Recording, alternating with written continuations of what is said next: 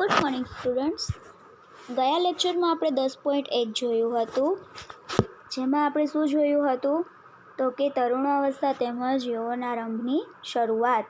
આજનો આપણો ટોપિક છે 10.2 યૌવનારંભમાં થતા ફેરફારો. કેવા ફેરફારો તો આપણે સ્ટેપ બાય સ્ટેપ જોઈશું. સૌથી પહેલાં છે ઊંચાઈમાં વધારો.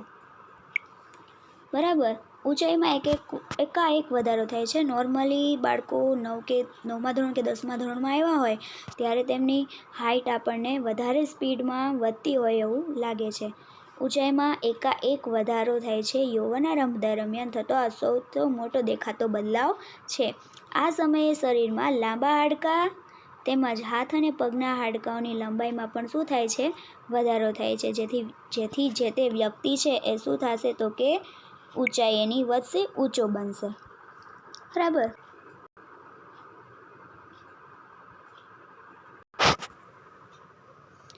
શરૂઆતમાં છોકરીઓની શું થશે તો કે છોકરાઓની સરખામણીમાં વધારે ઝડપથી વધશે, પરંતુ 18 વર્ષની ઉંમર એની થશે ત્યાં સુધી તે તેની મહત્તમ ઊંચાઈ પ્રાપ્ત કરી લે છે.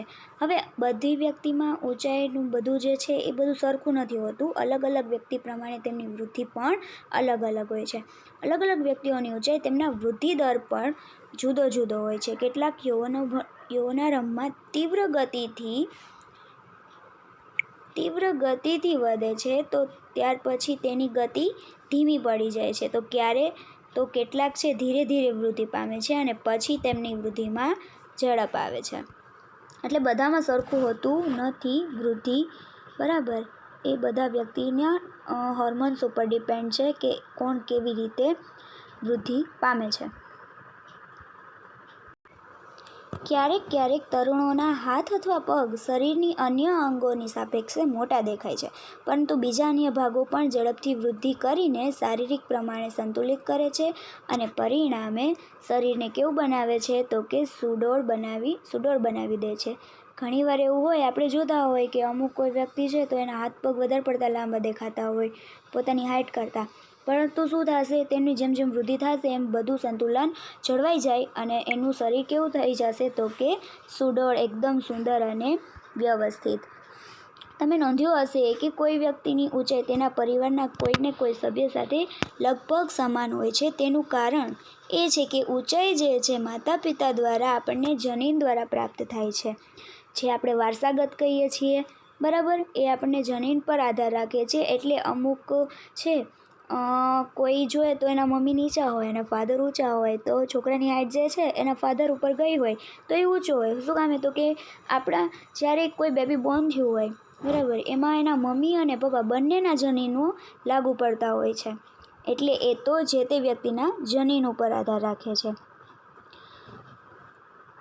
પરંતુ વૃદ્ધિના આ વર્ષોમાં ઉચિત પ્રકારનો સંતુલિત આહાર આવશ્યક છે. તે હાડકાં, સ્નાયુઓ તેમજ શરીરના અન્ય ભાગોને યોગ્ય રીતે વૃદ્ધિ કરવા માટે પર્યાપ્ત અને પૂરતું પોષણ આપવામાં મદદ કરે છે. હવે બીજું એમાં આવે છે શારીરિક આકારમાં બદલાવ. તો હવે વિદ્યાર્થીઓ અમુક હોય જેના ખભા તેમજ છાતીના ભાગ નીચલા ધોરણમાં અભ્યાસ કરતા વિદ્યાર્થીઓની સરખામણીમાં પહોળા હોય છે. હવે આપણે જોઈએ, પહેલા ધોરણમાં જે બાળક ભણતું હોય એ અને 8મા ધોરણમાં ભણતું હોય એ બાળક, એ બેની તુલના કરવામાં આવે તો કેટલો ફેર લાગે. પેલું નાનું બાળક છે તો તેના હાથ પગ બધું નાનું હશે, એ એની વૃદ્ધિ દર ઉપર આગળ સ્ટેપ બાય સ્ટેપ વધે છે અને તમે એના કરતાં મોટા છો એટલે તમે તમારી એ સ્ટેજમાંથી તો બહાર આવી જ ગયા છો, તો ધીમે ધીમે તમારી પણ વૃદ્ધિ થાય છે. બરાબર, છોકરીઓના કમરના નીચેના ભાગ પહોળા થઈ જાય છે. વૃદ્ધિના કારણે છોકરાઓના શરીરના સ્નાયુઓ વિકાસ છોકરીઓના વિકાસની સરખામણીએ વધુ હોય છે. એટલે કે જ્યારે આપણે ઘણીવાર એમ કહેતા હોય ને, છોકરીઓ કરતાં છોકરાઓમાં તાકાત વધારે હોય. શું કામે તો કે છોકરાઓમાં શરીરના સ્નાયુનો જે વિકાસ છે છોકરીઓની સરખામણીમાં કેવો હોય તો કે વધુ હોય છે. એટલે તે વધારે વજનવાળું કામ કરી શકે છે. અર્થાત તરુણાવસ્થામાં છોકરા અને છોકરીઓમાં જોવા મળતા બદલાવ અલગ અલગ હોય છે. બરાબર. તમે હવે ઘણીવાર હવેનો પછીનો ટોપિક છે અવાજમાં બદલાવ, વોઇસ ચેન્જ. તમે ઘણીવાર જોયું હોય જે છોકરો નાનો હોય ત્યારે તેનો વોઇસ અલગ હોય અને એ જ્યારે યૌવનાવસ્થામાં પહોંચ્યો હોય એટલે કે ટીનેજમાં પહોંચ્યો હોય ત્યારે પણ તેનો વોઇસ કેવો હોય, અલગ થઈ જાય છે. તો તેનું શું કારણ હશે? તો કે જે છોકરાઓ છે બરાબર એના યૌવનારંભમાં સ્વરપેટી એટલે કે કંઠસ્થાન વૃદ્ધિની શરૂઆત થાય છે. છોકરાઓની સ્વરપેટીનો વિકાસ પામીને અપેક્ષાકૃત મોટી થઈ જાય છે એટલે કે જે અપેક્ષા રાખી હોય એના કરતાં શું હોય તો કે વધારે મોટી દેખાય છે. છોકરાઓમાં મોટી થયેલી સ્વરપેટી ગળાના ભાગમાં બહારની તરફ ઉપસી આવે છે. જો છોકરીઓને એ ભાગ ઓછો હોય છે જ્યારે બોયઝને ભાગ વધારે ઉપસી આવે છે, જેને કંઠમણી કહે છે. છોકરીઓમાં સ્વરપેટી તેના નાના કદને લીધે માંડ દેખાતી હોય છે. બરાબર, એના નાના કદના લીધે કેવી છે તો કે માંડ દેખાતી હોય છે. જ્યારે સામાન્ય રીતે છોકરીઓનો અવાજ ઊંચો અને તીણો હોય છે, જ્યારે છોકરાઓનો અવાજ કેવો હશે તો કે એકદમ ભારે. તરુણાવસ્થામાં છોકરાઓ ક્યારેક સ્વરપેટીના સ્નાયુઓમાં અનિયંત્રિત વૃદ્ધિ થઈ જાય છે અને અવાજ કેવો બને છે? વધારે ને વધારે ઘોઘરો, જાડો અવાજ થઈ જાય છે.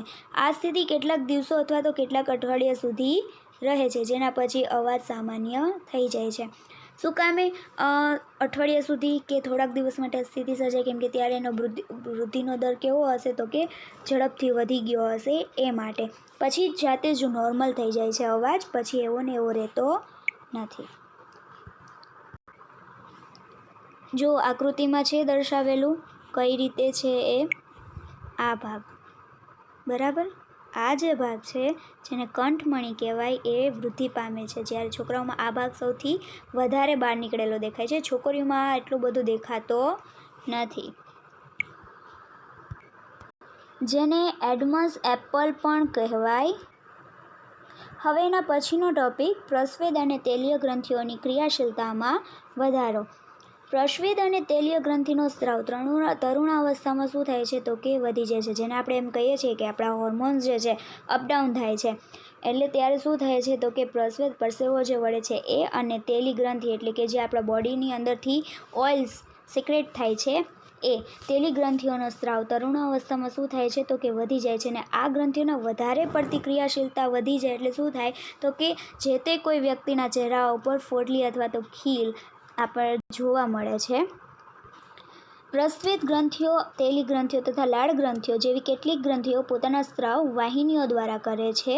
અંતઃસ્રાવી ગ્રંથિઓ અંતઃસ્રાવને સીધા રુધિર પ્રવાહમાં મુક્ત કરે છે.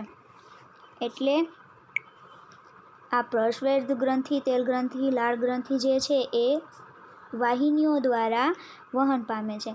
એને કોઈ ડાયરેક્શનમાં તો કે રુધિર પ્રવાહમાં જ મુક્ત કરે છે. આથી તેને નલિકા વિહીન ગ્રંથિઓ કહે છે. એના આગળ વહન કરવા માટે કોઈ પણ જાતની નલિકા આવેલી નથી. આથી શું થશે તો કે ડાયરેક્ટ રુધિરના પ્રવાહમાં જ મુક્ત થાય છે. આથી તેને કેવી કહેવાય તો કે નલિકા વિહીન ગ્રંથિઓ પણ કહેવાય છે. હવે એના પછીનો ટોપિક છે પ્રજનન અંગોનો વિકાસ. તો હવે જે માનવ પ્રજનન અંગો છે બરાબર, યૌવનારંભમાં નર પ્રજનન અંગો જેવા કે શુક્રપિંડ તેમજ શિશ્ન પૂર્ણતઃ વિકસિત થઈ જાય છે. કયા અંગો તો કે શુક્રપિંડ અને શિશ્ન.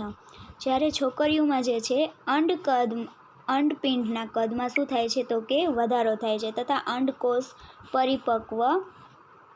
અંડકોષ જે છે એ પરિપક્વ થવા લાગે છે. અંડપિંડમાંથી અંડકોષોનું મુક્ત થવાની શરૂઆત હવે આ સ્ટેજમાં થશે. આ સ્ટેજ એટલે કયો તો કે ટીનેજના સ્ટેજમાં. હવેનો પછીનો ટોપિક માનસિક, બૌદ્ધિક તેમજ સંવેદનાત્મક પરિપક્વતા પ્રાપ્ત થવી. હવે તરુણાવસ્થામાં વ્યક્તિની વિચારસરણીમાં શું થાય છે? પરિવર્તન આવે છે. તેના પહેલાંના વિચાર અને જ્યારે ટીનેજમાં આવે છે ત્યારના વિચારમાં શું થશે તો કે ઘણો મોટો ડિફરન્સ આવી જાય છે. પહેલાંની સાપેક્ષે કિશોર વધારે સ્વતંત્ર તેમજ પોતાની તરફ સચેત હોય એવું એને ફીલ થાય છે. પોતે સ્વતંત્ર રહેવા માગે છે. તેના બૌદ્ધિક વિકાસમાં પણ શું થાય છે? વિકસિત થાય છે તથા વિચારવામાં પણ તે શું કરે છે? વધારે સમય. જ્યારે આપણે નાના હોય ને ત્યારે આપણે એટલો વિચાર ના આવે. આપણે કોઈ વસ્તુની જીદ કરી લે, મારે આ રમકડું જોઈએ એટલે જોઈએ જ, ત્યારે આપણને કાંઈ એટલી આમ સમજ શક્તિ હોતી નથી કે આપણે સમજીએ કે ભાઈ એ આપણે જોઈએ છે એ નથી જોતું, આપણા પેરેન્ટ્સની કેપેસિટી છે એ લઈ દેવાની, કાંઈ નહીં. ત્યારે આપણે શું હોય, સમજ શક્તિ આપણામાં હોતી નથી, બસ જે જોઈએ એ જોઈએ. પરંતુ જ્યારે તમે મોટા થાઓ છો, કિશોર અવસ્થામાં, ટીનેજમાં પહોંચ્યા છો, તો તમે જાતે હવે વિચારી શકો. તમારે જે વસ્તુ જોઈએ છે તો તમે તમારા ઘર એકોર્ડિંગ ચાલશો કે આ જે મારે જોઈએ છે એ મારા મમ્મી પપ્પા લઈ શકશે કે નહીં. અને જો ન લઈ શકતા હોય તો એ રીતે એ ચલાવે છે, ખોટી જીદ કરતું નથી. એટલે ત્યારે આપણે શું છે તો કે સમજ શક્તિ, બૌદ્ધિક વિકાસ અને વિચારવામાં પણ એની સમય લે છે. વાસ્તવમાં કોઈ પણ વ્યક્તિ જીવનમાં આ એ સમય છે જેમાં મગજની શીખવવાની ક્ષમતામાં વધારો હોય છે. ક્યારેક તરુણ છે શારીરિક તેમજ માનસિક બદલાવ પર તે પોતાને જાતને અનુકૂળ થવાનો પ્રયત્ન કરે છે, એડજસ્ટ કરે છે કે હવે મારો અવાજ આવો છે, પહેલાં આવો હતો, તો પછી જે રીતે એનામાં ફેરફાર થાય, જે ચેન્જીસ થાય છે એ પ્રમાણે શું કરે છે તો કે એડજસ્ટ થાય છે. પરંતુ ઘણીવાર એવું પણ જોવા મળે છે કે પોતે અસુરક્ષિત મહેસૂસ કરતો હોય, એની ફિલિંગ જ એવી હોય કે એનામાં શું આ બધું ચેન્જીસ આવે છે. ત્યારે પોતાની જાતને કેવું હતું કે અસુરક્ષિત મહેસૂસ કરતો હોય કે આ બધું મારી સાથે શું કામ થાય છે. પરંતુ આમાં કોઈ ડરવાની જરૂર નથી. આ કુદરતનો નિયમ છે. જ્યારે વૃદ્ધિ તમારી થતી જાય છે તો આ બદલાવ તમારામાં જોવા મળે છે, જેની સાથે તમારે ડીલ કરવાની રહે છે, જે શારીરિક વૃદ્ધિના કારણે ઉત્પન્ન થાય છે, જેને આપણે એક્સેપ્ટ કરવાનો છે. આજ માટે આટલું જ. હવેનો ટૉપિક આપણે નેક્સ્ટ લેક્ચરમાં જોઈશું. Have a good day.